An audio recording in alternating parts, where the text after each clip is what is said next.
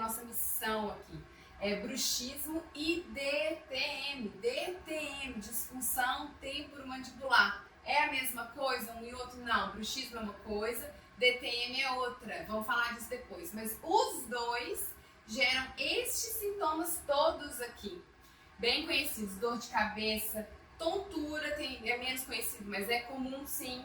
Fraturas dentárias, a fadiga na região, os travamentos que às vezes a gente tem que salvar para poder colocar a articulação no lugar. Tudo isso faz parte da nossa rotina aqui, esses sintomas. E o que gera esses sintomas vindos do bruxismo e da DTM?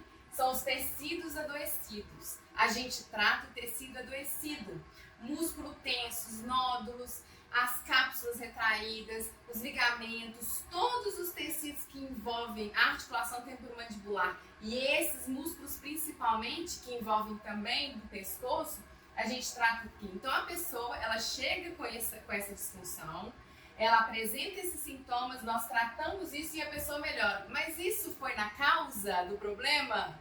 Não. Vamos falar agora sobre causa do problema. Então, agora vamos falar de causas. Aí você vai entender a diferenciação entre o bruxismo e a DTM.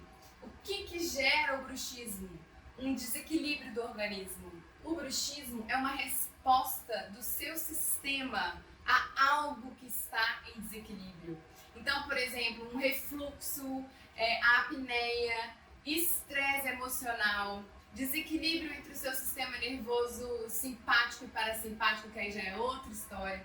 Tudo isso gera essa resposta de bruxismo. Já a DTM, a disfunção da articulação, vai vir dos traumas. Ah, Juliana, o bruxismo gera trauma? Gera. O bruxismo gera trauma mecânico, que gera DTM. O ranger, o apertar, aquele excesso, aquele descontrole da tensão, gera DTM. E que é outro trauma? Às vezes processos odontológicos longos, a pessoa trava, às vezes porrada, às vezes dormir muito de mau jeito, de forma crônica, e aí vai. Entenderam agora?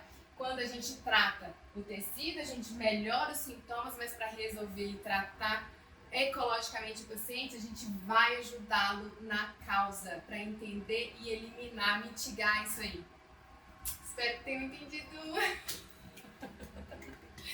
Será que eu confundi demais? Não tá muita informação. Qualquer coisa, se fosse 50 sintomas, 50 feliz. Uma coisa conhecida de todo mundo, todo mundo tem fadiga, todo mundo tem fratura no dente, todo mundo tem dor de cabeça, todo mundo tem fadiga, entendeu?